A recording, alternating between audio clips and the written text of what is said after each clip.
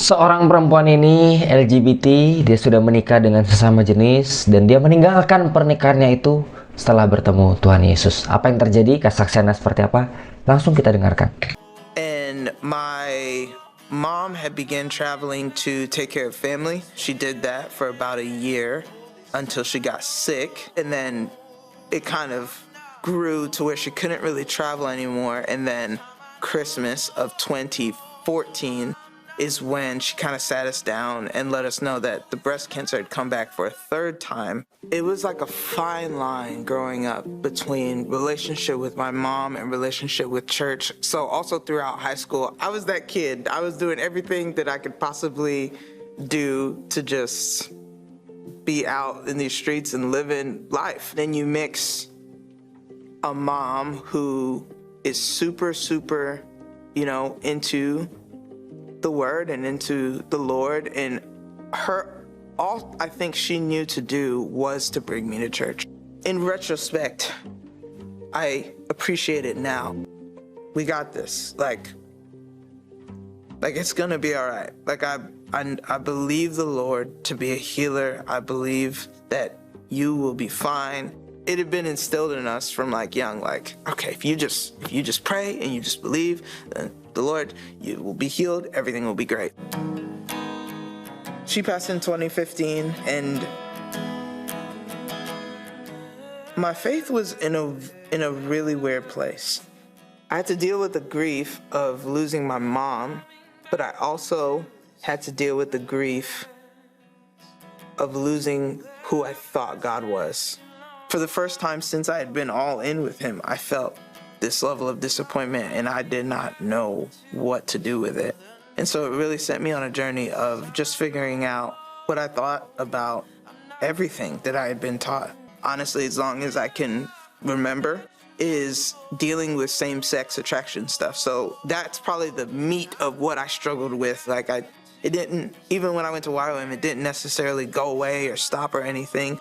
But I had just chosen, all right, Lord, I'm just going to push that over there, and I'm just going to focus on you. I don't even know if I, to this day, have words to explain how just off I was when she passed away. Just because up until that point, in my mind, I knew that she would be healed from what I had learned, if I just kept proclaiming healing. Everything came into question.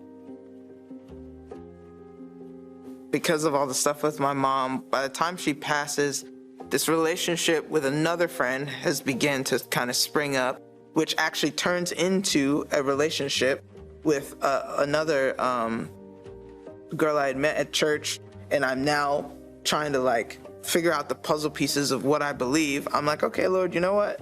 I'm gonna go ahead and go forward with this relationship because I don't know what I think. I wasn't in church for the first handful of months just because it was, now I'm in this relationship and it's obviously weird and awkward to walk out and walk through in church. Me and my partner at the time started going back to church. Fast forward, we end up getting married, and this is about a year past all of this stuff happening. We go to this particular church service, come back home. We just begin to talk about life and what we're called to and all of this stuff, which then leads to a further conversation just between the two of us later that night. And we begin to talk, and as I'm beginning to just talk about what I feel like I'm called to do in life. And as I'm saying these things, I hear, as close to audible as it could be, the Lord says, as I'm saying the things that I feel like he's called me to do, he's like, if this relationship is stopping you from doing or is in the way of what I've called you to do, is that not answer enough for you? And I remember hearing that and being stopped in my tracks. Okay, Lord. All right. That's all I needed to hear. And for me, that moment was just this and it all clicked in my head for me. And so from that night, literally that night, we broke up. I moved in with one of my dear friends. We ended up getting divorced, and I basically over the next, it was like a year and a half, began just this walk and process of redemption. I began to slowly jump back into church stuff and began to slowly lead again and do all of these different things. There was a point in the midst of that journey with my mom where I thought I would never do music again. I was like, I'll never sing again.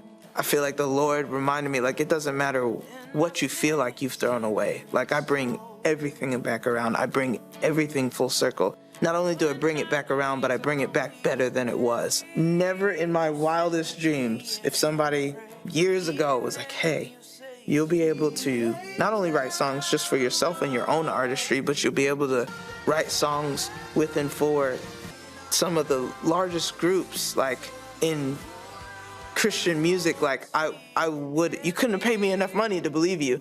It really boils down to trusting that he is who he says he is, and that he will show up in the ways that he has promised to show up for all of us.